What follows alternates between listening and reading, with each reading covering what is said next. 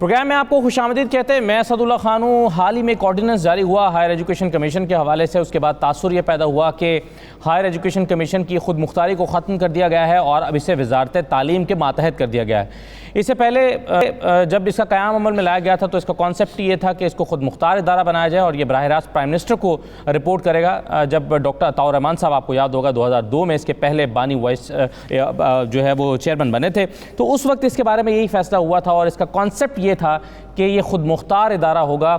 اور ہمیں یاد ہے کہ ڈاکٹر عطاء الرحمان صاحب کے زمانے میں بہت سے انقلابی قدم اٹھائے گئے تھے. اس ضمن میں بہت سے پی ایچ ڈیز یہاں پر آئے, اسکالرشپس دیے گئے, ایچ ای سی کا بجٹ جو ہے وہ بڑھا دیا گیا, بہت انقلابی قدم اٹھائے گئے. لیکن اس کے بعد آہستہ آہستہ یہ اس ادارے کی کارکردگی متاثر ہوتی رہی. اب جو آرڈیننس آیا ہے اس پر بہت سی چیزیں ہیں. کچھ لوگ سمجھتے ہیں کہ ہائر ایجوکیشن کمیشن جو ہے اس کی خود مختاری کو کاری ضرب لگے گی اور یہ اب سیاسی مداخلت اس سے بڑھ جائے گی. کیا یہ تاثر درست ہے یا یہ تاثر درست نہیں ہے؟ دوسرا یہ کہ ہائر ایجوکیشن کمیشن نے پچھلے 3 سال میں جو کام کیا ہے وہ زیادہ متاثر کن نہیں ہے. اس میں بہت سی خامیاں رہی ہیں, بہت سے جھول رہے ہیں. کیا وجوہات رہی جس کی وجہ سے ایچ ای سی اپنا کام نہیں کر سکا؟ صوبوں کے ہائر ایجوکیشن کمیشن کو صوبوں تک آ جانا کیا یہ درست فیصلہ تھا؟ کیا اس کو وفاق کے ماتحت ہونا چاہیے یا وفاقی وزارت تعلیم کے ماتحت ہونا چاہیے؟ تو بہت سارے سوالات اس ایشو سے جڑے ہوئے ہیں. پھر جو چیئرمین ہائر ایجوکیشن کمیشن کی مدت کا جو ہے اس کو 2 سال کر دیا گیا ہے. اس سے کیا فرق پڑے گا؟ یہ صحیح فیصلہ ہے یا یہ کمزور فیصلہ ہے؟ تو یہ تمام موضوعات, تمام چیزیں ہم ان مہمانوں سے ڈسکس کریں گے جو براہ راست ایجوکیشن کے سے وابستہ ہیں, جو براہ راست یونیورسٹیز کو رن کر رہے ہیں, چلا رہے ہیں. اور سب سے پرومیننٹ گیسٹ ہمارے ساتھ پروفیسر ڈاکٹر عطاء الرحمان صاحب موجود ہیں, بانی چیئرمین ہیں ہائر ایجوکیشن کمیشن کے اور اس وقت چیئرمین ہیں وزیر اعظم task force by science and technology کے. ڈاکٹر عطاء الرحمان صاحب بہت شکریہ آپ کا پروگرام میں شرکت کرنے کے لیے. ان کے ساتھ ساتھ پروفیسر ڈاکٹر محمد سلیم اظہر صاحب ہمارے ساتھ موجود ہیں, پرو وائس چانسلر ہیں پنجاب یونیورسٹی لاہور کے. پروفیسر ڈاکٹر رؤف اعظم صاحب ہمارے ساتھ موجود ہیں, vice chancellor Punjab university of technology. تمام مہمانوں کو میں خوش آمدید کہتا ہوں اور آپ جیسا کہ جان گئے ہوں گے تمام ہی جو ہمارے مہمان ہیں وہ بہت ریلیونٹ ہے اس موضوع پر بات کرنے کے لیے. اور یہ اس لیے بھی بہت اہم موضوع ہے کہ پچھلے کچھ عرصے میں ہم نے دیکھا ہے کہ یونیورسٹیز کی تعداد جو ہے وہ تو بڑھائی گئی ہے لیکن پی ایچ ڈیز کی تعداد نہیں بڑھ رہی ہے. اور جتنی تعداد میں اس وقت پی ایچ ڈیز پاکستان کو چاہیے اس سے کئی گنا کم پاکستان کے پاس وقت دستیاب ہیں. ایسے میں آپ یونیورسٹیز کھولتے چلے جائیں لیکن پی ایچ ڈیز نہیں آ رہے ہوں گے تو کیا یہ نئی یونیورسٹیز کا قیام جو ہے وہ بہتر ہوگا یا کاؤنٹر پروڈکٹیو ہوگا؟ تو بہت سارے پہلو ہیں. میں ڈاکٹر عطاء الرحمان صاحب سے آغاز کرتا ہوں. ڈاکٹر صاحب بہت شکریہ آپ نے اس موضوع کے لیے ہمارے لیے وقت نکالا. سب سے پہلے سر یہ بتائیے, تاثر آیا ہے آرڈیننس آنے کے بعد 26 مارچ کے بعد کہ اب ایچ ای سی کی خود مختاری جو ہے وہ ختم ہو گئی ہے اور اب یہ وزارت تعلیم کے ماتحت چلا جائے گا. سب سے پہلے یہ بتائیے یہ تاثر درست ہے آپ کے خیال میں؟ جی بسم اللہ الرحمن الرحیم. جی نہیں, یہ درست نہیں ہے کیونکہ جو فوری طور پہ اس کا جو ریوائزڈ ورژن کا آرڈیننس جو منظور ہوا ہے اس کے اندر وہ سارے کے سارے آٹونومی جی خود مختاری اس کی بحال کر دی گئی ہے. تو ایسا نہیں ہے. بس جو ایک فرق ہوا ہے وہ یہ کہ پہلے جو مدت تھی چیئرمین کی وہ 4 سال ہوتی تھی, اس کو 2 سال کر دیا گیا ہے. اور مجھے امید ہے کہ اس کو بھی وقت کے ساتھ تبدیل کر کے واپس 4 سال کر دیا جائے گا. لیکن کوئی خود مختاری میں فرق نہیں آیا ہے. وہی ہے خود مختاری جو آج سے سال یا 2 سال یا 5 سال پہلے تھی. تو ڈاکٹر صاحب یہ 4 سال سے مدت کو 2 سال میں تبدیل کرنے کے پیش نظر آپ کے خیال میں یہ قدم اٹھانے کے پیش نظر کیا وجوہات ہو سکتی ہیں اور آپ کے خیال میں درست فیصلہ ہے یہ؟ میرا خیال یہ ہے کہ یہ خیال تھا کچھ جگہوں پر کہ شاید چیئرمین کو 2 سال کا عرصہ دینا چاہیے, اس کے بعد ان کا پرفارمنس اچھا رہے تو پھر اس کو ایکسٹینڈ کرنا چاہیے 2 سال کے لیے یا اور سال. تو اس پہ میرے خیال سے میں حکومت سے یہ درخواست کروں گا کہ اس پورے معاملے پہ نظر ثانی کرے تاکہ ہم اس کو دیکھ سکیں کہ کس طرح اس کو تبدیل کیا جا سکتا ہے, تاکہ 2 سال تو مدت بہت کم ہوتی ہے کسی بھی چیئرمین کے لیے کہ وہ آگے اپنا کام آگے بڑھا سکے. بالکل صحیح ہے. اچھا پروفیسر رؤف اعظم صاحب, ڈاکٹر رؤف اعظم صاحب مجھے یہ بتائیے کہ ابھی جو ایچ ای سی نے پچھلے 3 سال میں پرفارم کیا ہے کیا پرابلمس پیش آ رہی تھیں؟ یہ آرڈیننس لایا گیا, یہ لانے کی ضرورت ہی کیوں پیش آئی؟ کیا ایچ ای سی صحیح سے کام نہیں کر پا رہا تھا موجودہ اپنے اسٹرکچر کے ساتھ یا اختیارات کے ساتھ؟ جی ہمارا خیال یونیورسٹیز میں بیٹھے ہوئے یہ ہے کہ ایچ ای سی لیٹلی اپنی افادیت کھو بیٹھا تھا. اس کی ایفیشنسی، اس کی پرفارمنس بہت برے طریقے سے متاثر ہوئی تھی. اور جو آؤٹ گوئنگ چیئرمین ہیں ان کا یونیورسٹیز کے ساتھ رابطہ بہت کمزور ہو گیا تھا. اسٹیک ہولڈرز کے ساتھ ان کا رابطہ بہت کمزور ہو گیا تھا. وہ گفتگو نہیں کرتے تھے، وہ کانٹیکٹ میں نہیں رہتے تھے، وہ اسٹیک ہولڈرز کو کنسلٹ نہیں کرتے تھے. تو ایک طرح کی آئسولیشن تھی. تو ڈاکٹر صاحب اس کی وجہ تو چیئرمین کی اپنی کارکردگی بھی تو ہو سکتی ہے نا. طارق بنوڑی صاحب کیا بات کر رہے ہیں، تو وہ ذاتی وجوہات بھی تو ہو سکتی ہیں، یا پھر ایچ ای سی کا اسٹرکچر اس قسم کا ہو گیا ہے کہ جس کی وجہ سے وہ پرفارم نہیں کر پا رہے تھے. دیکھیں جو آئسولیشن ہے وہ تو میرے خیال میں لیڈرشپ کا معاملہ ہے، اور لیڈرشپ کی کمزوری سمجھ لیجئے یا لیڈرشپ کے ٹیمپرامنٹ کا کوئی مسئلہ سمجھ لیجئے. لیڈرشپ سے مراد آپ کی پاکستان کی لیڈرشپ ہے یا ایچ ای سی کی leadership? Chairman higher education commission کی بات کر رہا ہوں. ٹھیک ہے. So chairman higher education commission کی طرف سے ادارے کو آئسولیٹ کر دیا گیا اور وہ خود آئسولیٹ ہو گئے، اور اسٹیک ہولڈرز کے ساتھ ان کا رابطہ تقریباً منقطع ہو چکا تھا.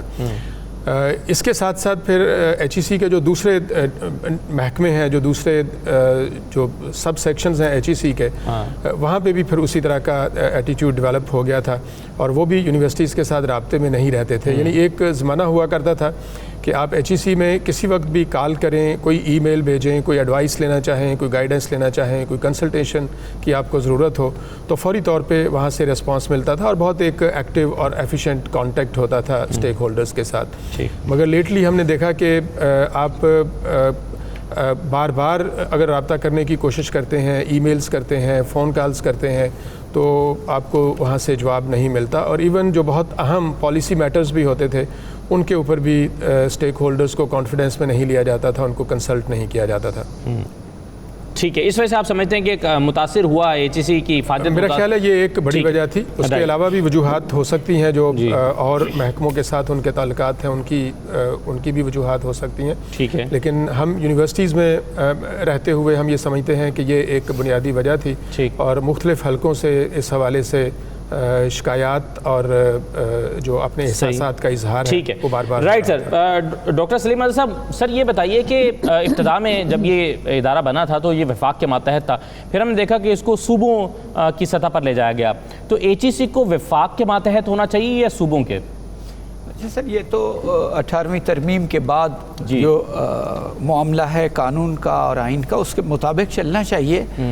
لیکن جو مرکزی ایچ ای سی ہے وہ اگر ڈاکٹر عطاء الرحمان صاحب سامنے نہ بیٹھے ہوتے تو میں زیادہ وضاحت سے کہہ سکتا تھا. یہ ان کا ایک بریک تھرو ہے پاکستان کے ہائر ایجوکیشن میں. اور سچی بات ہے، ہم لوگ ڈاکٹر صاحب کے ساتھ بھی یہی معاملہ ہوگا، ہم یونیورسٹی میں لیکچر کے طور پر آئے.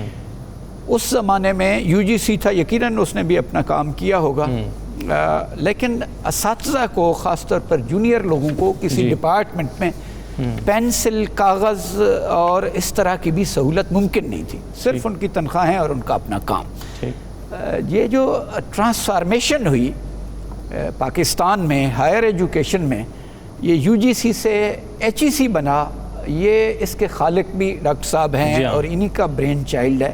یہ پاکستان میں اعلیٰ تعلیم کے حوالے سے ایک جینون بریک تھرو ہے. اس کے بعد پاکستان اعلیٰ تعلیم کے میدان میں دنیا بھر میں ویزیبل ہوا. اچھا، خود ڈاکٹر صاحب کم از کم مجھے یاد ہے 2 دفعہ پنجاب یونیورسٹی تشریف لائے اور بڑی تفصیل کے ساتھ ان کے ساتھ گفتگو ہوئی فیکلٹی یونیورسٹی کی، اور ڈاکٹر صاحب نے بڑی سخت باتیں بھی ہماری سن لی اور حوصلے سے اور خندہ پیشانی سے سنی، اور ڈاکٹر صاحب کا رابطہ بھی تھا. پھر یہ ہے کہ یونیورسٹیوں میں وہ اٹانومی کا جو ریئل تصور ہے وہ ڈاکٹر صاحب نے اس کو پریکٹیکل شیپ دی. یعنی وہ سرخ فیتہ جس کو ہم کہتے ہیں، اس سے بالکل ہٹ کے کام ہوا. مثلا میری ذاتی، میں اپنی مثال، اگرچہ مناسب نہیں ہوتا ذاتی مثالیں دینا، میں ہائر ایجوکیشن کمیشن کے اس پہ اسکالرشپ پہ school of oriental and African studies برطانیہ میں لندن میں پوسٹ ڈاکٹریٹ کرنے گیا. اور آپ یقین کریں، مجھے اپنے اس سارے اسکالرشپ کے لیے ایک دفعہ بھی اسلام آباد نہیں جانا پڑا. 100% کام ای میلز پر ہوا، اور اتنی ایفیشنسی کے ساتھ اور پرامپٹلی کہ میں خود حیران تھا کہ پاکستان میں اس طرح کا ہائر ایجوکیشن میں مثبت انقلاب آ گیا. ٹھیک. پھر یہ ہے کہ یعنی مجھے بہت اچھی طرح سے یاد ہے ڈاکٹر صاحب نے وہ جو گلوبل ولیج کا تصور ہے جی، نالج اور ولیج، کمیونیکیشن ایک گیپ ہے اس میں، اس کو فل کیا ہے. صحیح. یعنی دنیا کی بہت سی اچھی یونیورسٹیوں کے ساتھ ڈاکٹر صاحب کے سرپرستی میں ایم او یوز ہوئے جی، اور وہ ایم او یوز صرف فائلوں میں نہیں رہے، پریکٹیکل شیپ میں. مجھے اچھی طرح یاد ہے ڈاکٹر صاحب اکثر بتاتے تھے، اور پاکستان میں مختلف ماڈرن ملکوں کے بالکل صحیح ہے. یہ اس میں تو کوئی شک نہیں ہے کہ 2002 سے لے کر 2008 تک ایچ ای سی میں بہت کام ہوا، اور وہی زمانہ تھا جس میں پاکستان میں سب سے زیادہ پی ایچ ڈیز آئے. میں ڈاکٹر طاہر الرحمان صاحب، سر مجھے یہ بتائیے، ایک تو آپ نالج اکانومی کا جو کانسیپٹ ہے یہ کیا ہے، یہ کتنا امپورٹنٹ ہے، اور پھر میں آپ کا ایک آرٹیکل حال ہی میں جو چھپا ہے وہ دیکھ رہا تھا جس میں آپ نے کہا کہ ہم یونیورسٹیز تو کھولے جا رہے ہیں، لیکن ہمارے پاس ہمیں اگر 75,000 پی ایچ ڈیز کی ضرورت ہے تو اس وقت 15,000 پی ایچ ڈیز موجود ہیں. یعنی کوالیفائڈ ڈاکٹرز پڑھانے کے لیے اسٹاف موجود نہیں ہے، تو یونیورسٹیز کھولنا جو ہے یہ کاؤنٹر پروڈکٹیو ہو سکتا ہے. اس حوالے سے روشنی ڈالیے کیوں ہوا کہ ہم پچھلے 3-4 سال میں کیوں پی ایچ ڈیز پروڈیوس نہیں کر سکے، اور وہ اسکالرشپس جو دیے جاتے تھے اور بغیر کسی کی یعنی ایک میکانزم کے تحت، ایک اسٹرکچر کے تحت، ایک طریقہ کار کے تحت وہ مل جاتے تھے. اب اس میں رکاوٹیں کیوں درپیش رہی ہیں پچھلے 3-4 سال میں خاص طور پر؟ جی شکریہ. بات یہ ہے کہ سب سے پہلے تو نالج اکانومی آج کی دنیا ایک علم پر مبنی دنیا بن چکی ہے، جس میں قدرتی وسائل کی اہمیت کم سے کم تر ہو گئی ہے، اور سب سے زیادہ اہمیت انسانی وسائل کی ہے، اور جس کے اندر جو نئی نئی ڈسرپٹیو ٹیکنالوجی، جو نئی نئی ایجادات ہو رہی ہیں، وہ پوری دنیا کو تیزی سے بدل رہی ہیں. آپ دیکھ لیں مختلف میدانوں میں دیکھ لیں، مصنوعی ذہانت کے بارے میں کہ ایک پریڈکشن ہے میکنزی گلوبل کی کہ تقریباً 16 کھرب ڈالر کا، ارب نہیں کھرب ڈالر کا امپیکٹ خالی مصنوعی ذہانت کا ہوگا اگلے 5 سے 6 سال میں.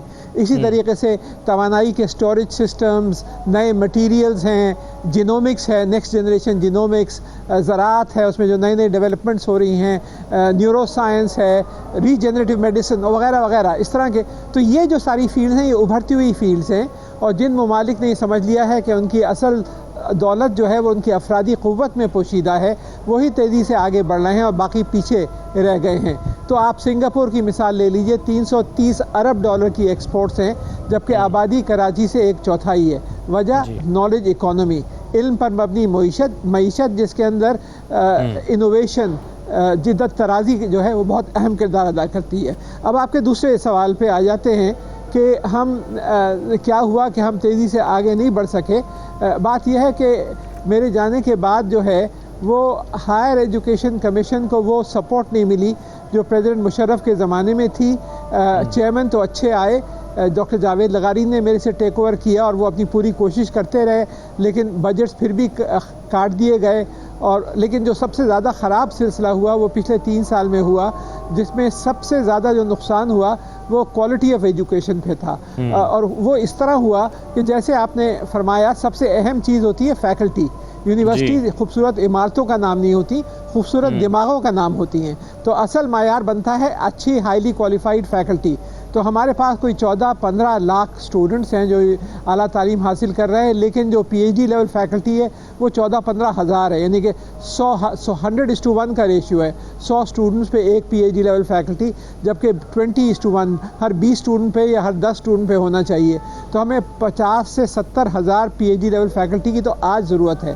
تو اس زمانے میں میں نے بڑے تعداد میں بچوں کو باہر بھجوانا شروع کیا، P H D, post doctoral training وغیرہ، کوئی 1000-1200 ہر سال جا رہے تھے.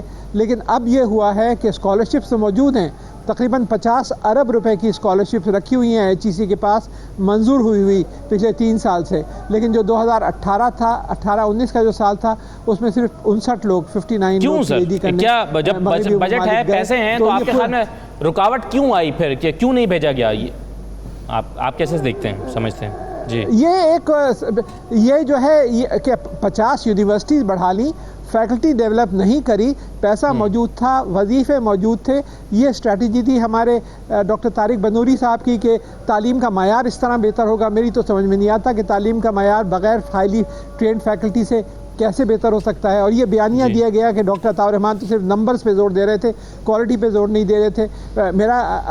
میری عرض یہ ہے کہ کوالٹی آتی ہی ہے اچھی P H D level faculty سے، اور جتنی زیادہ ہو اتنا بہتر ہے. آپ کے پاس ایک بہت بڑا گیپ ہے، آپ جب تک اس کو پر نہیں کریں گے وظیفوں سے، اور پھر تو ہم نے صرف باہر بھیجنے پہ زور نہیں دیا بلکہ واپس بلائیں، واپس آ گئے. تو ہر بچے کو کوئی $1 لاکھ کی ریسرچ گرانٹ، جس کے لیے وہ 1 سال پہلے واپس آنے سے اپلائی کر سکتا تھا، اس کے لیے جابس موجود تھے. اب یہ تو آپ نے دیکھا کہ پرائم منسٹر کے سامنے ڈیمونسٹریشن ہو رہی تھی اس زمانے میں، لیکن اس زمانے میں ہر ایک کو 1 سال پہلے جابس موجود تھے. ڈیجیٹل لائبریری قائم کی جس کے تحت کوئی 65,000 کتابیں اور 25,000 بین الاقوامی journals, free access to instrumentation وغیرہ وغیرہ. تو ہر ایک کو ہم نے اکوموڈیٹ کیا ہے بچے کو پہلے سے، تو پھر اس کی وجہ سے ہماری ریسرچ بڑھنی. ڈاکٹر صاحب کیا یہ درست ہے کہ پچھلے 3 سال میں صرف 120 اسکالرشپس دیے گئے ہیں؟ کیا یہ بات درست ہے؟ پچھلے 3 سال میں 120 اونلی؟ یقیناً درست ہوگی. میں ایگزیکٹ فگرز تو میرے پاس نہیں ہے، لیکن جو میں نے 1 سال کا دیکھا تھا 2018-19 کا، اس میں 59 اسکالرشپس تھیں. پچھلے سال کے بارے میں یہ جو 1 سال گزرا ہے اس میں تو پھر بھی ہم کووڈ کی وجہ سے کہہ سکتے ہیں کہ مسائل ہوئے ہوں گے، لیکن جو پورا پالیسی یہی تھی کہ ڈسٹروائے کیا جائے اعلیٰ تعلیم کو اور صرف باتیں کی جائیں. اچھا ڈاکٹر صاحب، میں ایک بات آپ سے اور جاننا چاہتا ہوں، اور جی میں طارق بنوری صاحب کا چونکہ پچھلے 3 سال کا بار ذکر ہو رہا ہے اور وہ ہمارے ساتھ پروگرام میں نہیں ہے، تو میں صرف ڈیولز ایڈوکیٹ کا رول پلے کرتے ہوئے میں ایک سوال رکھنا چاہتا ہوں تاکہ ایک پوائنٹ آف ویو اور ایک چیز اور کلیئر ہو جائے. اور وہ یہ ہے، ان کا کہنا یہ ہے کہ مجھ پر یہ دباؤ تھا کہ پبلک پرائیویٹ پارٹنرشپ جو ہے اس کو بڑھایا جائے، اور اس کے لیے جو تجویز جس کے لیے زور دیا جا رہا تھا کہ جو سرکاری یونیورسٹیز کے پاس زمینیں ہیں وہ بہت بڑی تعداد میں ہیں، وہ پرائیویٹ یونیورسٹیز کو دی جائیں، اور اس پہ پھر جو ہے وہ سیاسی لوگوں کی، یعنی مجھے اور عام آدمی کو تو وہ زمین نہیں مل سکتی، تو جو اثر و رسوخ رکھنے والے لوگ ہیں وہ زمینوں پر قبضہ کرنا چاہتے تھے یونیورسٹیوں کی شکل میں. یہ ان کا پوائنٹ آف ویو ہے. تو آپ اس کو کس طرح سے دیکھتے ہیں؟ معاملہ ویسے ہائی کورٹ میں بھی چلا گیا ہے، تو اس لیے میں ذرا بڑے محتاط انداز میں سوال کر رہا ہوں. جی یہ صرف غلط بیانی ہے کہ یونیورسٹیز جو ہیں وہ آٹونومس باڈیز ہیں. کسی آپ منسٹری یا پرائم منسٹر یا کوئی بھی یہ نہیں کہہ سکتا کسی یونیورسٹی سے کہ یہ زمین اٹھا کے دے دیں. یونیورسٹیز کی اپنی ایڈمنسٹریشن ہوتی ہے. ڈاکٹر محمد علی شاہ جو وائس چانسلرز کمیٹی کے چیئرمین ہیں، وہ ابھی ٹیلی ویژن پہ آئے تھے پچھلے ہفتے اور یہی کہہ رہے تھے کہ یہ سب کا سب جو ہے یہ جھوٹ کا پلندہ ہے، اس میں کچھ نہیں ہے، کیونکہ کسی وائس چانسلر سے یہ نہیں کہا گیا کہ آپ اپنی زمین اٹھا کے کسی پرائیویٹ سیکٹر کے لوگوں کو دے دیں. یہ صرف بہانے بنا رہے ہیں کیونکہ ان کے خلاف نیب کی انویسٹیگیشن شروع ہو گئی ہے. گورنمنٹ کو ویسٹیج آف فنڈز ہوئے ہیں، غلط لوگوں کو انہوں نے اپوائنٹ کیا ہے بڑی بڑی سیلریز پہ کنسلٹنٹس کے طور پہ. تو اب یہ اس طرح کے بہانے بنائے جا رہے ہیں کہ کچھ سینٹرز کو آٹونومی دی جا رہی تھی، یا یہ کہ اس طرح کی جو باتیں آپ بتا رہے ہیں اس کے پیچھے بالکل سچ نہیں ہیں. ٹھیک ہے، رائٹ. ڈاکٹر صاحب ایک چھوٹا سا بریک لینا ہے پروگرام میں، بریک سے واپس آتے ہیں اور پھر دیکھتے ہیں کہ ایچ ای سی اپنا کردار کیسے ادا کر سکتی ہے، وہ جو گیپ ہے اس کو کیسے فل کیا جا سکتا ہے، وہ جو پی ایچ ڈیز کی ضرورت ہے اگر بجٹ موجود ہے تو کیسے اسکالرشپ کے ذریعے بچوں کو باہر بھیجا جا سکتا ہے اور پی ایچ ڈیز کی تعداد بڑھائی جا سکتی ہے تاکہ کوالٹی ایجوکیشن جو ہے اس کو انشور کیا جا سکے. ایک چھوٹا سا بریک لیتے ہیں جی، بریک کے بعد واپس آتے ہیں.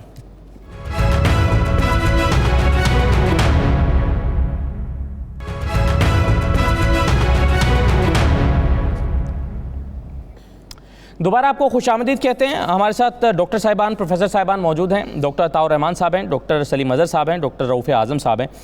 ڈاکٹر رؤوف اعظم صاحب، مجھے یہ بتائیے سر کہ ہم نے یہ دیکھا ہے کہ پچھلے پاکستان میں جو ریسرچ کا معیار ہے وہ تاثر یہ ہے کہ وہ بہت گرا ہے.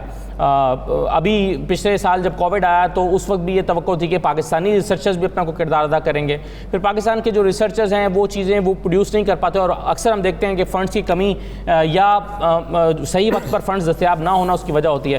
تو مجھے یہ بتائیے سر کہ صحیح جو ریسرچ ہے وہ پاکستان میں نہ ہونے کی وجہ کیا ایچ ای سی ہے، کیا اساتذہ ہیں، یونیورسٹیز ہیں، کیا وجہ ہے، یا گرانٹس کا نہ ملنا ہے، کیا وجہ ہے؟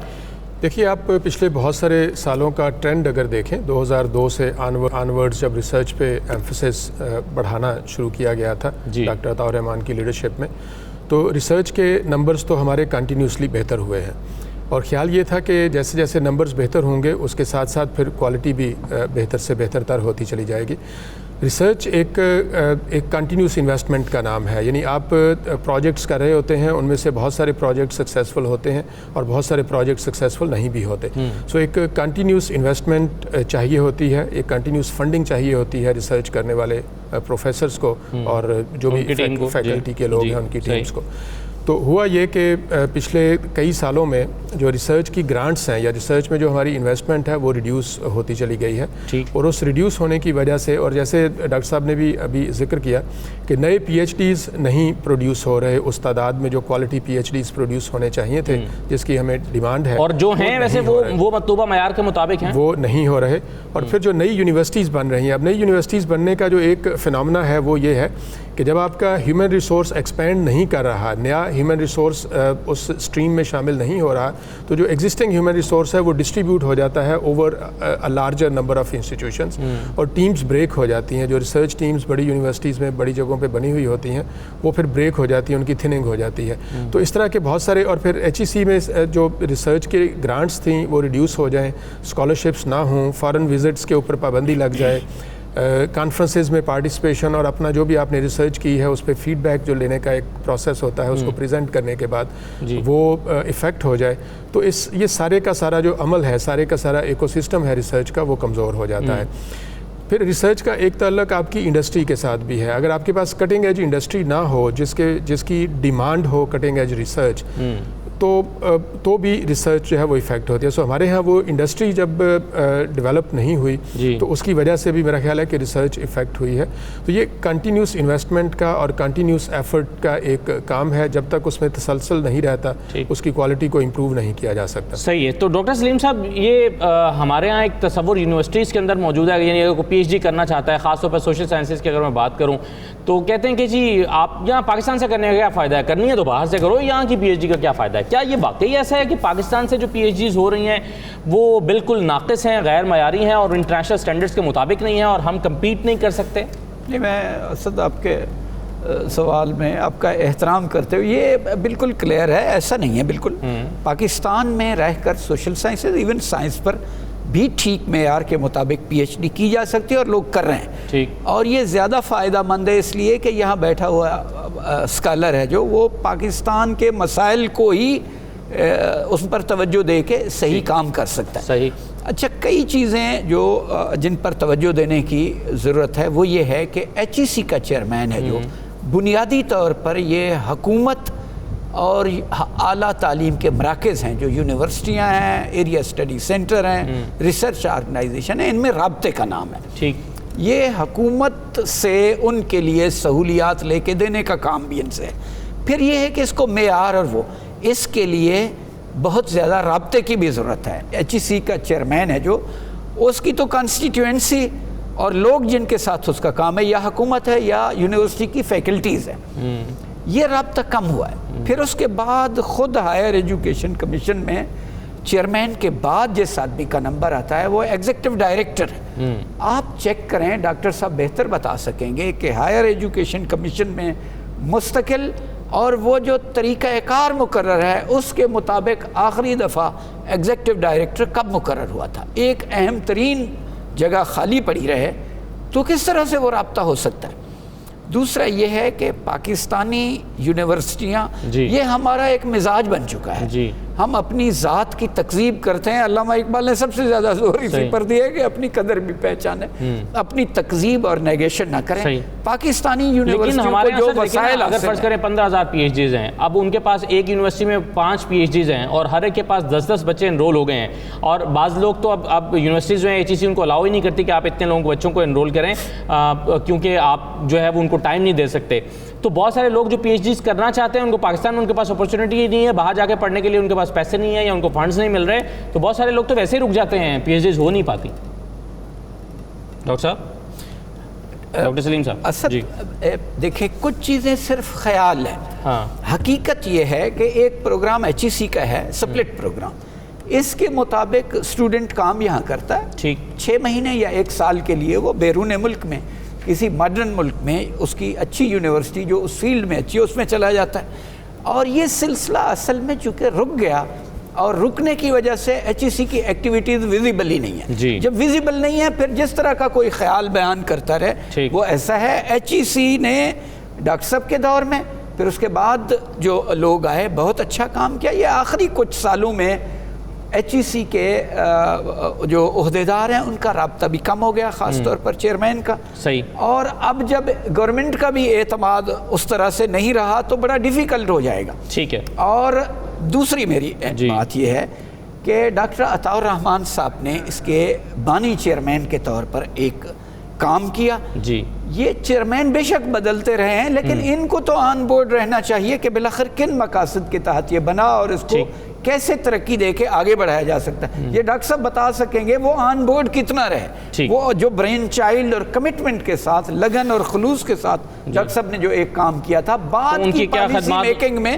کتنا شامل کیا گیا. بالکل صحیح. ڈاکٹر صاحب اس پر اگر آپ اپنی رائے کا اظہار کرنا چاہیں تو ضرور کیجیے. اور ایک سوال میرا بھی ہے کہ آپ اپنے آرٹیکلز میں سوفسٹیکیٹڈ انسٹرومنٹیشن کی بات کرتے ہیں، اس سے آپ کی کیا مراد ہے اور اس کی اہمیت کیا ہے سر؟ جی سب سے پہلے تو جیسے ڈاکٹر صاحب نے فرمایا کہ میں جب ریٹائر ہوا چیئرمین HEC کے، بلکہ میں نے ان پروٹیسٹ ریزائن کیا تھا، ریٹائر نہیں ہوا تھا سن 2008 میں، کیونکہ ہمارے بچے جو تھے باہر 2008 میں ان کے وظیفے روک لیے گئے تھے، تو میں نے پھر ریزائن کر کے میں الگ ہو گیا تھا HEC سے. تو اس کے بعد میری ایسوسیشن ڈائریکٹلی HEC کے ساتھ نہیں رہی، اور میں جان بوجھ کے انکلوڈ بھی نہیں کرنا چاہتا تھا جب تک کہ مجھے انوائٹ نہیں کیا جاتا. تو اب جو ہے اب میں چاہتا ہوں، اور میں لکھتا رہا برابر اس میں کہ کیا ہونا چاہیے، کیا کمزوریاں ہیں، اس کے بارے میں اخبارات میں میں ضرور لکھتا رہا. لیکن سب سے جو اہم بات ہے وہ یہ ہے کہ آپ کو معیار بہتر کرنے کے لیے اچھی فیکلٹی ہونا چاہیے، اچھا کریکولم ہونا چاہیے، انفراسٹرکچر ہونا چاہیے، فیسلٹیز ہونی چاہیے، بین الاقوامی لنکیجز ہونے چاہیے، اور پھر صنعت اور زراعت کے ساتھ لنکیجز ہونی چاہیے تاکہ آپ جو تحقیق کر رہے ہیں اس کا عام آدمی کی زندگی پر امپیکٹ ہو. تو یہ پورا ایک ہولسٹک ہوتا ہے، ایکو سسٹم، پورا انوائرمنٹل سسٹم، جیسے ڈاکٹر رؤوف اعظم نے کہا اس طرح بنانا پڑتا ہے. اب آپ نے جو دوسرا سوال کیا کہ اس کو آگے ہمیں لے کے کس طرح چلنا چاہیے، تو میرے خیال سے جو ایک نالج اکانومی کی جی جو دوسرا سوال کیا آپ نے کہ سوفسٹیکیٹڈ انسٹرومنٹس، بات یہ ہے کہ آج کل کے زمانے میں جو سائنسی آلات ہیں وہ کروڑوں روپے کے ہوتے ہیں. ایک NMR نیوکلیئر میگنیٹک ریزونانس اسپیکٹرومیٹر کوئی 5 سے 15 کروڑ روپے کا آتا ہے. ایک ماس اسپیکٹرومیٹر کوئی 10 سے لے کے 20 کروڑ روپے کا آتا ہے. تو یہ بہت اہم اور بہت ایکسپینسو، بہت مہنگے انسٹرومنٹس ہیں اور ہر ایک کے پاس نہیں ہو سکتے. تو ہم نے ایک اوپن ایکسیس انسٹرومنٹیشن کا سسٹم لے کر آئے تھے جب میں HEC کا چیئرمین تھا کہ آپ کے اپنے لیبارٹری میں اکوپمنٹ نہیں بھی ہے تو ملک کے آپ کسی لیبارٹری میں بھیج دیں، آپ کے لیے فری انالیسس، مفت میں انالیسس ہوگی 72 گھنٹے کے اندر، اور جو ادارہ انالیسس کر رہا ہوگا وہ بل HEC کو بھیجے گا پیمنٹ کے لیے. تو ریسرچر کو، اسٹوڈنٹ کو، محقق کو یہ مسئلہ نہیں ہوگا کہ ہم یہ کام نہیں کر سکتے کیونکہ ہمارے پاس یہ والی اکوپمنٹ نہیں ہے. تو کافی حد تک یہ معاملہ سالو ہو جائے گا. کچھ اکوپمنٹ تو آپ کو ہر لیب میں ضرورت ہوتی ہے، لیکن کچھ سوفسٹیکیٹڈ اکوپمنٹ 200 یونیورسٹیز ہیں آپ کے یہاں، ہر جگہ شاید آپ نہیں دے سکیں. اور پھر سینٹرلائز انسٹرومنٹیشن لیبارٹریز بھی اسی وجہ سے ہم نے بنائی تھی. ایک چیز میں یہاں کہنا چاہوں گا کہ ایک جو ڈاکٹر طارق بنوری نے ایک کہا ہے کہ مجھے اس لیے ہٹایا گیا کہ وہاں پہ کراچی یونیورسٹی کے کچھ سینٹرز ہیں جن کی اکاؤنٹیبلٹی کا معاملہ تھا، اس وجہ سے، اور انہوں نے انکار کیا اکاؤنٹیبلٹی کا. یہ بھی غلط بیانی ہے. بات صرف اتنی تھی کہ انہوں نے کراچی یونیورسٹی کے سارے سینٹرز جو تھے ان کو کہا کہ ہم 90% گرانٹ آپ کی کٹ کر رہے ہیں سن 2022 سے. فیوچر کی بات ہو رہی تھی، پاسٹ کی نہیں، مستقبل کی. وہ سمجھتے ہیں کہ آپ زیادہ فنڈز لے جاتے ہیں، پیسہ دے دیں گے. تو آپ نے مطلب سارے سینٹر، صرف یہ جو ہمارے سینٹرز نہیں. اور پھر یہ بھی کہا گیا کہ قائد اعظم یونیورسٹی سے زیادہ بجٹ، حالانکہ قائد اعظم یونیورسٹی سے 1/4 بجٹ ہے ان 3 سینٹرز کا. اس طرح کی غلط بیانی سے کام دیا گیا. بات فیوچر اکاؤنٹیبلٹی کی تھی، اور منسٹری آف ایجوکیشن نے پھر ان کو ایک لمبا سا طویل سا خط لکھا کہ جو آپ فنڈنگ فارمولا جو آپ نے ایجاد کیا ہے اس کی مثال دنیا میں کہیں نہیں ہے. آپ ایک ریشنل فارمولا بنائیں، پروڈکٹیوٹی کے ساتھ ضرور لنکیج ہو لیکن ایک ریشنل جو دنیا میں پریسیڈنس ہو. دنیا میں اس طرح نہیں کیا جا سکتا کہ ایک سال میں آپ کو 90% بجٹ کاٹ کے اور سارے اداروں کو بند کر دیا جائے. تو یہ جو بات تھی، لیکن اس کی وجہ سے نہیں ہٹایا گیا. ان کے جو چیزیں ابھی بیان کی گئی ہیں، ایک بہت بڑی شکایات کا پلندہ جو تھا ان کے خلاف جمع ہو رہا تھا، جس کی وجہ سے آخر کار ان کو ہٹانا پڑا. صحیح، بالکل صحیح ہے. اچھا رؤف اعظم صاحب، مجھے سر یہ بتائیے کہ ابھی چائنا میں اور ملیشیا میں جیسے ڈاکٹر طاہر رحمان صاحب کے اعزاز میں بڑے بڑے تحقیقی ادارے بنائے گئے ہیں، آپ نے ابھی ڈاکٹر صاحب نے یہ سوال کیا تھا کہ ان کے جانے کے بعد حکومت نے کیا ان کی معاونت لینا مناسب سمجھا؟ تو دوسرے ممالک جو ہیں وہ خدمات کا اعتراف کر رہے ہیں، لیکن بدقسمتی کی بات یہ ہے کہ ہمارے ہاں پاکستان میں یہ چلن نہیں ہے کہ کسی شخص کی محنت اور اس نے اگر کوئی ایک ادارہ ڈیولپ کیا ہے، ایک انقلاب برپا کیا ہے، تو اس کی خدمات کے اعتراف میں اس کو سراہے اور اس کو یاد کرے. تو آپ کیسے دیکھتے ہیں کہ ماضی کی جو اچیومنٹس ہیں اس کو سامنے رکھتے ہوئے کیا ہونا چاہیے فیوچر میں؟ میرا خیال ہے یہ ہمارے ہاں بدقسمتی ہے کہ لوگوں کو ان کی اہلیت اور ان کی کارکردگی کی بجائے ان کی کوئی پولیٹیکل اگر ایسوسیشنز ہیں، اور وہ بھی پرسیوڈ پولیٹیکل ایسوسیشنز، ان کی بنیاد پہ ان کو ایلینیٹ کر دیا جائے، ان کو سین سے ہٹا دیا جائے، یہ بہت ہی نیگیٹو بات ہے. ڈاکٹر عطاء الرحمان ہوں قابل احترام ہے اور بہت بڑی ان کی اچیومنٹس اور کنٹریبیوشن ہے، یا ان کے علاوہ اور ہمارے بہت سارے سائنٹسٹ ساتھی جنہوں نے کنٹریبیوٹ کیا ہے، جنہوں نے اچھا کام کیا ہے. ان کے اوپر کوئی پولیٹیکل سٹیمپ نہیں لگانی چاہیے. ان کی خدمات، ان کی جو مہارت ہے، ان کا جو سائنٹیفک اچیومنٹس ہیں، ریسرچ اچیومنٹس ہیں، ان کی بنیاد پہ ان کا احترام ہونا چاہیے اور ان کو ریکگنیشن ملنی چاہیے، ان کو ریسپیکٹ ملنی چاہیے. یہیں سے انسپریشن ڈرا کرتی ہے آپ کی نوجوان نسل. وہ دیکھتی ہے کہ جن لوگوں نے محنت کی ہے، جن لوگوں نے اچھے کام کیے ہیں، جنہوں نے اچھی اکمپلشمنٹس کی ہیں، ان کو قوم ایک احترام کے ساتھ دیکھتی ہے. تو وہاں سے وہ انسپریشن لیتے ہیں اور وہ پھر اور بہتر مزید کام کرنے کی کوشش کرتے ہیں. تو ہمارے ہاں یہ ایک بدقسمتی ہے کہ ہمیں سم ہاؤ پولیٹیکلی سٹیمپ کر دیا جاتا ہے اور اس کے تحت پھر ہماری جو اچیومنٹس ہیں ان کو ڈاؤن گریڈ کر دیا جاتا ہے. چلیں ڈاکٹر صاحب، میں ایک چھوٹا سا بریک لے کے پروگرام کے اختتام کی طرف بڑھتا ہوں. دیکھیں گے کہ ایچ ای سی کو کس طرح سے اس میں تبدیلیاں لائی جا سکتی ہیں، یا ایچ ای سی جو ہے وہ پاکستان میں ہائر ایجوکیشن کے لیے کیسے اپنا بہترین رول ادا کر سکتا ہے، اس سلسلے میں کیا ہونا چاہیے، اس پر تجاویز لیں گے. ماہرین تعلیم ہمارے ساتھ موجود ہیں. ایک بریک لیتے ہیں، بریک کے بعد واپس آتے ہیں.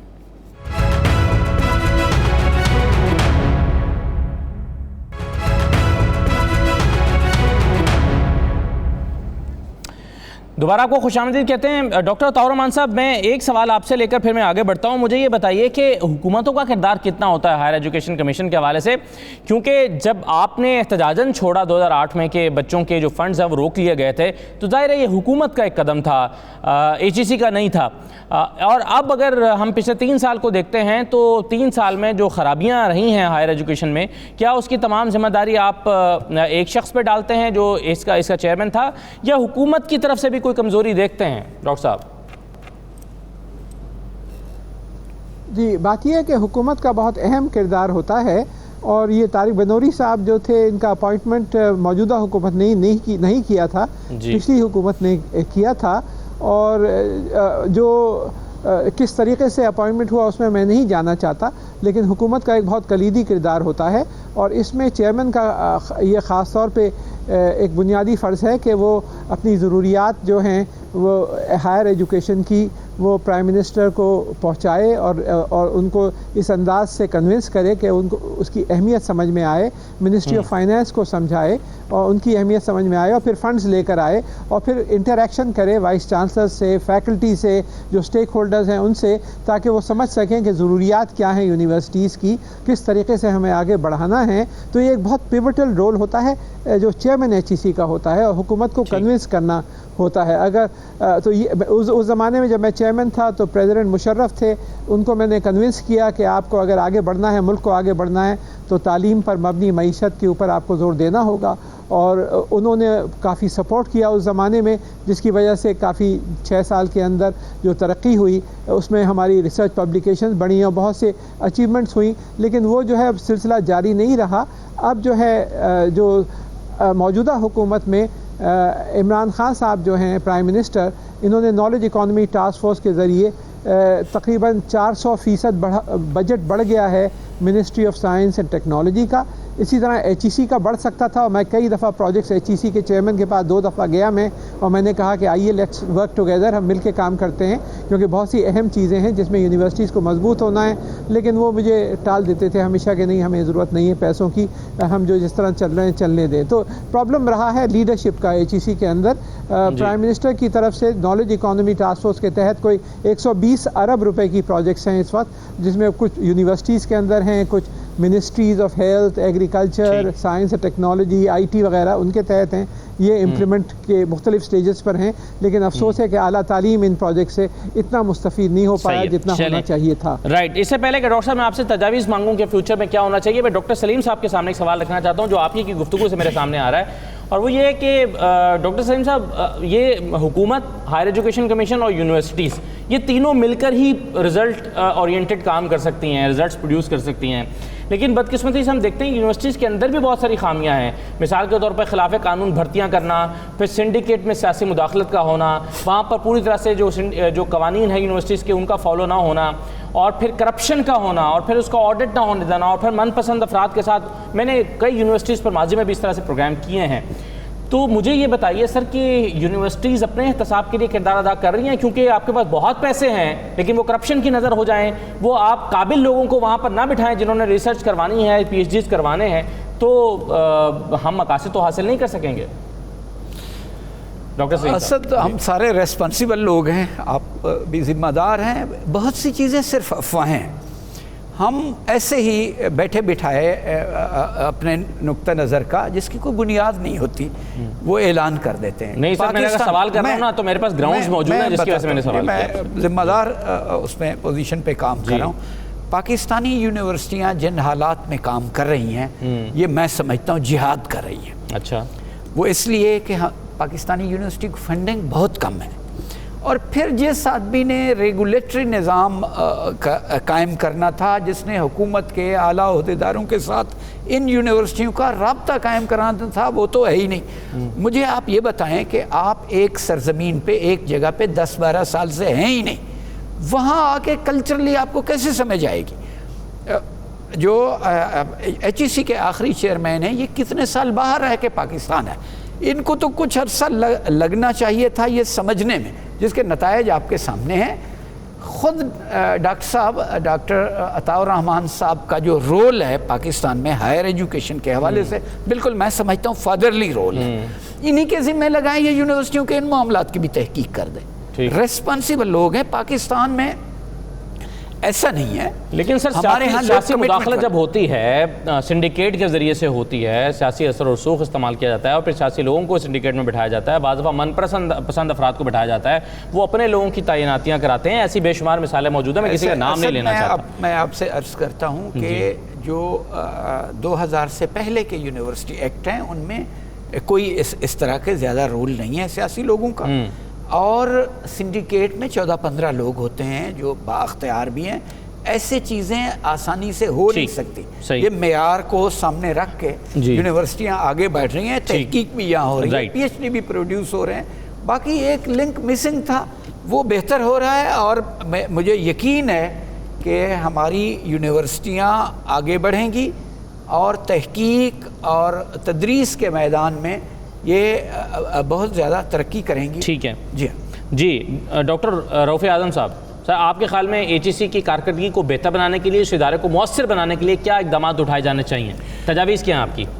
میرا خیال ہے ایک تو اس وقت تک جو HEC کے اندر پروگرام چل رہے ہیں وہ چاہے کوالٹی کے حوالے سے ہوں، چاہے ایکسیس جس کو آپ کوانٹٹی کہتے ہیں اس کے حوالے سے ہوں، وہ وہی پروگرام ہیں جو HEC کے انیشیل ایئرز میں ڈاکٹر عطاء الرحمان کی زیر نگرانی شروع ہوئے تھے۔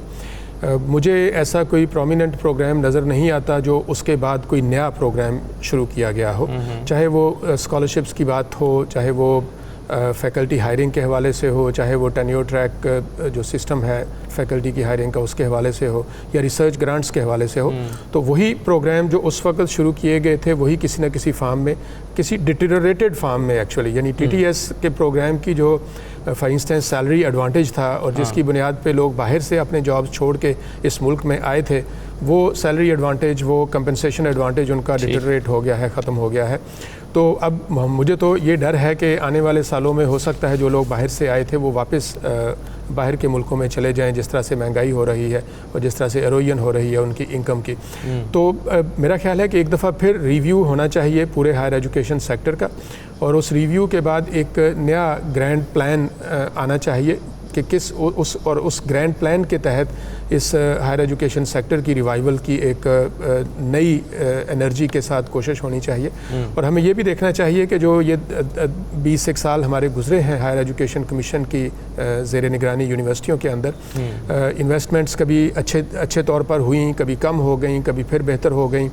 اسی طرح سے فیکلٹی ہائرنگ کے پروگرام اور فیکلٹی ڈیولپمنٹ کے پروگرام، اسٹوڈنٹس کی ایکسیس بڑھانے کے تو ان ساروں کا ایک ریویو ہو، ایک انالیسس ہو، اور دیکھا جائے کہ ہم نے کیا اچھا کیا ہے، کیا اتنا اچھا نہیں کیا، اور نئے طریقے سے نئے سلسلے سے ایک گرینڈ پلان جو ہے اس کو ترتیب دیا جائے. صحیح، بالکل صحیح ہے. ڈاکٹر طاہر رحمان صاحب، آپ کی تجاویز بھی بہت ویلیویبل ہوں گی HEC کے لیے. آپ کیا سجیسٹ کرتے ہیں کہ اس ادارے کو واپس دوبارہ سے ایک منظم اور ایک جو ہے وہ ایک افادیت سے کا حامل ادارہ بنانے میں کیا کرنا چاہیے، کیا اقدامات اٹھائے جانے چاہیے؟ پچھلے ہفتے پرائم منسٹر صاحب نے مجھے اس سلسلے میں مشورے کے لیے بلایا تھا کہ آگے کیا کرنا چاہیے، تو میں نے درخواست کی تھی، اور میری درخواست پہ پھر فائنانس سیکریٹری اور پلاننگ سیکریٹری بھی اس میٹنگ میں شامل ہو گئے تھے. تو جو میں نے تجاویز پیش کی تھی، نمبر 1 جن پروگرامز کا ڈاکٹر رؤوف اعظم صاحب نے ابھی ذکر کیا ہے، ان سب کی بحالی اور ان کو مضبوط کرنا. جو بہت سارے پروگرامز، بہت درجنوں پروگرامز تھے جو کمزور ہو گئے ہیں اور یا ختم ہو گئے ہیں، جس کا وقت نہیں ہے میں بیان کر سکوں، اس کو مضبوط کرنا. نمبر 2 10 ایئر ٹریک سسٹم میں وہی ڈفرینشیل جو فرق تھا 2005 میں 6 میں 3 گنا 4 گنا BPS کے مقابلے میں، اس کی بحالی. نمبر 3 ریسرچ کے اوپر زور. نمبر 4 یہ 50 ارب روپے کے جو اسکالرشپ رکھے ہوئے ہیں اور 8,000 بچوں کو ہم بھجوا سکتے تھے، فوری طور پہ ان کو باہر بھجوانا شروع کرنا. نمبر 4 ٹیچرز کو جو 75% میں نے انکم ٹیکس کی ریبیٹ دلوائی تھی اس زمانے میں، گھٹ کے 40% رہ گئی، اس کو واپس بحال کرنا. نمبر 5 جو کوالٹی آف ایجوکیشن ہے اس کے اوپر زور دینا. اس کے بہت سارے پہلو ہیں، اس لیے بہت سارے کوالٹی ہم معیار بہتر کریں. نمبر 6 لنکیجز جو ہیں زراعت کے ساتھ اور صنعت کے ساتھ، اس کے mechanism, technology parks, venture capital اور اس طرح کے بہت سارے اور پروگرامز، تاکہ اس کا امپیکٹ عام آدمی کے اوپر ہو. اور بین الاقوامی لنکیجز 7واں کہ جو ہے ہر PhD جو پروفیسر ہے وہ کوشش کرے کہ بین الاقوامی کولیبریشن کے تحت باہر کے پروفیسر کے ساتھ کو سپروائزر اپوائنٹمنٹ ہو، اور وہ ساتھ مل کر یہاں کوئی ریسرچ کو گائیڈ کریں اور ساتھ مل کے، تو اس سے انٹرنیشنل لنکیجز بہت اہم کردار ادا کر سکتی ہیں. اور آخری میں اور سب سے زیادہ اہم کہ یہ سمجھا جائے حکومت کی سطح پر، صرف ہائر ایجوکیشن ایک آئسولیشن میں نہیں ہے، یہ پورا سلسلہ ہے کہ ہم پاکستان جا کدھر رہا ہے. ایک علم پر مبنی معیشت، نالج اکانومی کی طرف جانا، جس میں پرائمری ایجوکیشن، سیکنڈری، ٹرشری اور ہائر ایجوکیشن پورے کو سارے کو سطح کو بلند کرنا. اور میں نے یہ تجویز دی ہے، لکھ کر بھی دی ہے کہ ایک نیشنل ایجوکیشن ایمرجنسی لائی جائے، اور جس کے اندر ریسورسز ڈائیورٹ کیے جائیں تعلیم کی طرف across the board, lower level سے ہائر لیول تک. اور پھر ہم اپنی جو سب سے بڑی دولت ہے، جو ہمارے کروڑوں بچے، تقریباً 70% آبادی 30 سال سے کم عمر کی ہے، ان میں انویسٹ کریں. اور اللہ تعالیٰ نے جو تخلیقی صلاحیتیں ان کو دے رکھی ہیں، ان کو اعلیٰ تعلیم سے اور اس ماحول سے ہم وہ پوری طریقے سے اجاگر کریں، تاکہ پاکستان بھی ایک ترقی یافتہ ملکوں میں شامل ہو سکے. ڈاکٹر صاحب، آپ کے خیال میں موجودہ حکومت کی سمت درست ہے اس ضمن میں؟ یقیناً اب فسکل سپیس جو پیسے چاہیے تھے، آہستہ آہستہ وہ حالات بہتر ہوتے جا رہے ہیں. تو اب دیکھیے کہ جب چیئرمین HEC تھے پچھلے چیئرمین، انہوں نے بجٹ کیا مانگا ہے اگلے سال کے لیے؟ 109 ارب. 109 ارب کا مطلب ہے کہ جو 2018-19 کا بجٹ 109 ارب تھا، وہ کہہ رہے ہیں ابھی بھی وہی 109 ارب روپے آپ ہمیں دے دیں. 3 سال میں کتنا فرق آ گیا. یونیورسٹیز تو بالکل ڈوب جائیں گی اگر وہ بجٹ منظور ہو گیا. تو میں نے پھر یہ بھی گزارش کی، اس وقت فائنانس سیکریٹری میرے برابر بیٹھے تھے، کہ بھائی یہ خدا نہ یہ نہ کریے گا، ورنہ یونیورسٹی پہلی تباہ ہو رہی ہیں. اگر فنڈنگ آپ نے نہیں دی، ہائر ایجوکیشن اور ریفارمز وغیرہ یہ صرف کاسمیٹک ہوں گے. جی، 18ویں ترمیم کے بعد جو یہ تحلیل ہو گئی HEC، یا تحلیل تو نہیں کہنا چاہیے، صوبوں تک چلی گئی، تو آپ کے خیال میں یہ صحیح قدم تھا یا اس سے نقصان ہوا؟ میرا خیال سے جو صوبوں میں ہائر ایجوکیشن کمیشن کو کالجز کے اوپر فوکس کرنا چاہیے، یونیورسٹی ایجوکیشن کے اوپر فیڈرل لیول پہ ہی فوکس ہونا چاہیے، کیونکہ کالجز بھی بہت اہم ہے کہ ہم ان کو مضبوط کریں، اور کالجز میں کوئی دیکھ بھال نہیں کر پا رہا، تو اس کی وجہ سے کالجز کو فنڈنگ ملنی چاہیے صوبائی حکومتوں سے۔ اور ایک سپریم کورٹ کا ڈیسیجن ہے میری ہی اپیل پر سن 2010-11 میں کہ ہائر ایجوکیشن جو ہے یہ فیڈرل سبجیکٹ ہے، یہ جو ہے یہ 18ویں امینڈمنٹ کے تحت یہ جو ہے یہ ان کلوزز میں 18ویں کانسٹیٹیوشن کے یہ پروٹیکٹڈ ہے ایز اے فیڈرل سبجیکٹ۔ اور تو یہ جو خیال ہے کہ 18ویں امینڈمنٹ کے بعد اعلیٰ تعلیم کمپلیٹلی ڈیوالو کر دی گئی ہے، یہ صحیح نہیں ہے، اور سپریم کورٹ کا ڈیسیجن موجود ہے اس سلسلے میں۔ بہت شکریہ پروفیسر ڈاکٹر عطاء الرحمان صاحب ہمارے ساتھ موجود تھے، پروفیسر ڈاکٹر محمد سلیم اظہر صاحب اور پروفیسر ڈاکٹر رؤف اعظم صاحب، تماموں کا شکریہ۔ بہت اہم موضوع پر ہم نے بات کی ہے آج کے پروگرام میں ہائر ایجوکیشن کمیشن کے حوالے سے، کیونکہ اسی کے ساتھ پاکستان کا مستقبل جڑا ہوا ہے۔ بہت شکریہ، اجازت دیجیے، اللہ حافظ۔